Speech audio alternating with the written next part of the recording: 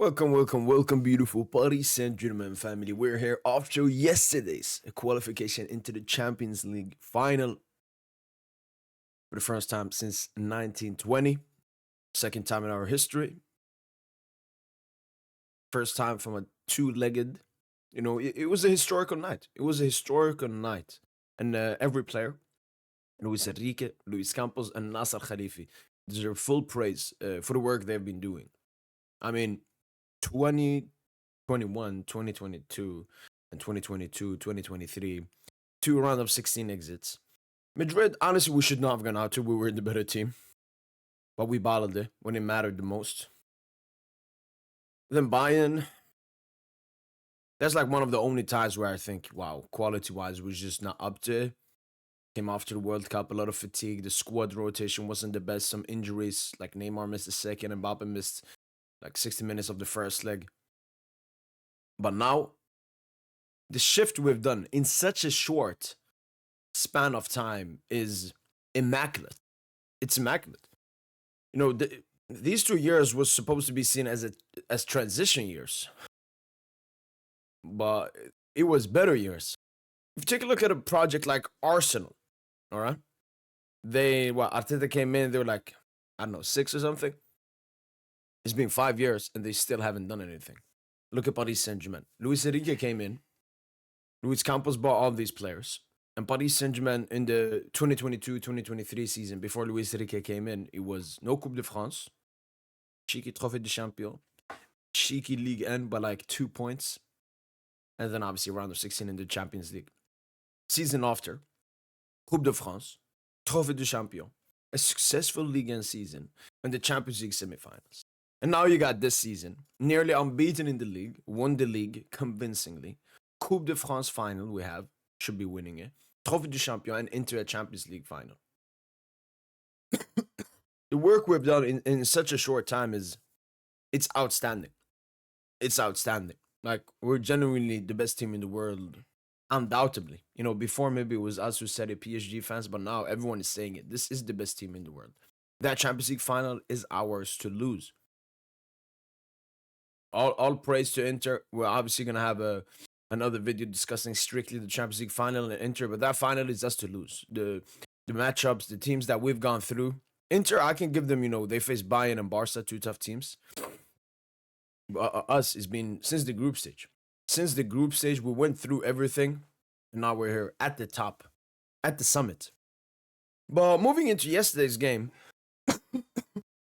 obviously, we talked on the post-match podcast for like 6 hours after the game, discussing it in detail, digesting the game, and thinking about it honestly. Because Lee Gunnar said the second gear stuff, and when I look back at the game, yeah, I mean, our players were fucking around a bit. Some passes that Nuno was making, some of this. And the funniest thing is, Arsenal couldn't capitalize on any of it. Arsenal couldn't capitalize on any of it. Like Paris Saint Germain, we're just vibing on the pitch. And Arsenal killed themselves. I said this to Lee as well. I think PSG made Arsenal lose the game. PSG gave Arsenal the ball, so that Arsenal gave us the space. And that's how we scored goals. That's how we created opportunities. It was from the high line of Arsenal FC. Before the game, I think it's only 1-0. I don't think Arsenal are going to push up that much. I think Paris Saint Germain want to assert themselves, have the ball, but that's not what we did. First of all, I want to praise and prop Arsenal for that first 20 minutes. I haven't seen us being this bad under Luis Enrique probably ever, especially at the Parc des Princes. It was a lot of pressure. They obviously had 3 good opportunities. The Martinelli one, good save from Donna, but it was straight at him. Declan Rice header goes away, but Marquez cannot be losing a header in his box in the 3rd minute. And then obviously the Odegaard shot. I thought it went outside of the goal, like hit the advertisement outside. But no, Donna just made an absolutely insane save. And that's the Champions League for you. Teams will have momentum. And the most important thing, if you're the defending team, you're not having the momentum, is to make sure to survive. And that's what this Paris Saint-Germain team is so good at. Surviving. This is something I wouldn't say about the previous PSG generations. When we talk about with the ball, offensively, Yeah, then there is a debate with previous PSG teams. But when we strictly look at surviving, like this is giving me, when we went to the Allianz Arena, we got that 3-2. Yes, we conceded 2 goals, but we defended beautifully. I think they had like 10 big chances or something. Navas, huge game. And that's exactly what Donna is doing for us in that defense. Like we're able to survive. Arsenal had like 7 corners, 10 throw-ins. A throw-in, we got to calculate it as a corner for Arsenal. It's a set piece for Arsenal. And we just survived. And I'm so proud of that because we have always known that we're one of the best, if not the best, offensive team in the world.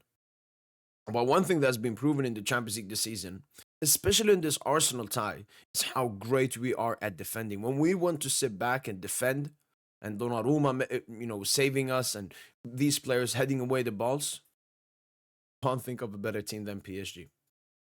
Genuinely. We might be the best offensive and defensive team at the same time. It's like Michael Jordan when he won the Defensive Player of the Year and the MVP. This has never been unheard of. Usually the best offensive teams are not the best defensive teams. But that's what this team is showing. When we went to Anfield, played 120 minutes and kept the clean sheets. When we went to Emirates and kept the clean sheets. And even in this game, man, Fugazi goal, Saka, Marquinhos, what the fuck is he doing? Should have been another clean sheet. Like we out-defended Arsenal in this tie. For me, that's what the tie is. These 2 legs, Lucho was like, you know what? Arsenal is such a terrorist side. They play these set pieces. They will be pragmatic. You know what? Let's kill them on the counter. Let's do that. Because that's Arsenal's biggest weakness. Arsenal is not a team that you want to have possession against and try to penetrate. They are very difficult to penetrate. We saw Madrid trying to penetrate them. It didn't go well. We've seen City, we've seen other teams trying to do that. It doesn't go that well. So Luis Enrique was like, you know what? We will compensate. The Arsenal will have some opportunities. But he had full confidence in Gianluigi Donnarumma and the Paris Saint Germains defense. Rightfully so. And that's exactly what we did versus Arsenal. We just out-defended Arsenal. We defended much better than Arsenal. The amount of chances we had versus Arsenal, especially in the second leg, is insane. Because I talked about that in the first leg. I thought we didn't have enough big chances. This game, though, so many opportunities. We need to be better, man. Both Desiree Due and Bradley Barcola will have question marks over their starting role at Paris Saint Germains going into next season. But I mean, this is a Champions League semi-final. Obviously, it's very hard to perform well in these stages. But yeah, for me, we out-defended this Arsenal side. Mostly also because Lucho also knows this Arsenal side stink offensively. I said this before we faced Arsenal. Villa, Liverpool, better offensive teams than Arsenal. I said it. I said that Arsenal are going to give us not that much problems defensively. But Arsenal's biggest strength is defensively. And we countered that by, letting them have the ball, letting them have some opportunities, and then just killing them on the counter and taking the moments. The most ironic thing about yesterday is Thomas Partey. Thomas Partey. First leg, obviously missed the game. Rice has to play 6. That goal would not have been scored if Partey was there. No, Trossard false 9. And what did Thomas Partey do? He gave us 2 goals. Merci. Merci, Thomas Partey. We truly missed you in that first leg. Could have maybe scored more than 1 goal in that first leg if Thomas Partey was there, assisting and working hard for Paris Saint Germains. And now we have a Champions League final to look forward. There's a lot of time until the Champions League final is obviously played. So at the moment, it's, vibing with these 2 Ligue 1 games, looking ahead of that Coupe de France final, and then going into the Champions League final. But yeah, so impressed by this team. And they're 90 minutes away from. They've already created history at PSG, 100%. But that one, it would be insane. It would be absolutely insane.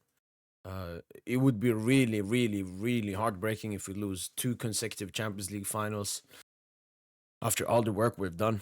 I mean, if you compare the Inter side and PSG side, Inter lost chance basically. Very old team. PSG, second chance after last season. So obviously the mentality going into that game is a bit different. But yeah, another thing I want to prop Luis Enrique for is the adaptation in his tactics. Luis Enrique, we were always talking about, he was stubborn. He could only play one way. And that could have potentially been a weakness, especially in the Champions League. We've seen that sometimes from Pep as well, the overthinking. But Luis Enrique tactically outclassed Arteta across these two legs, basically out defending him, basically giving him the ball. I mean, Arsenal had more possession than us at the back last game, but it didn't matter. We had way more chances offensively, and we scored more. And I also think it's about quality. There was someone on Twitter that mentioned Fabian's goal was like 0.04 xg. Dembo's goal versus Arsenal was very low xg as well. And it just shows that we have the best team in the world individually as well. That's why when I made my combined 11, it was only PSG players because we saw that. When a player can score at 0.03 xg goal, that means he's an absolute baller. That means he's an absolute baller. Like, we don't even... The big chances we had, we missed. The 2v1 with Kvara and Barcola, we missed. But Fabian's fucking... over Martinelli and then banger into the top right, that was a goal. Yeah, I mean, that's basically it. I've had my thoughts about the players in the previous video, obviously. Shout out to them.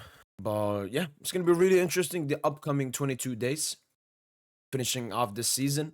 Hopefully we'll get that Coupe de France. Hopefully these two Ligue 1 games are somewhat enjoyable to watch. Hopefully some goals. Hopefully, you know, we see some players that we usually don't see. And then it's the Champions League final. But yeah, that's been it from boy PSG. Hopefully you guys have enjoyed this video. And as usual, allez, allez.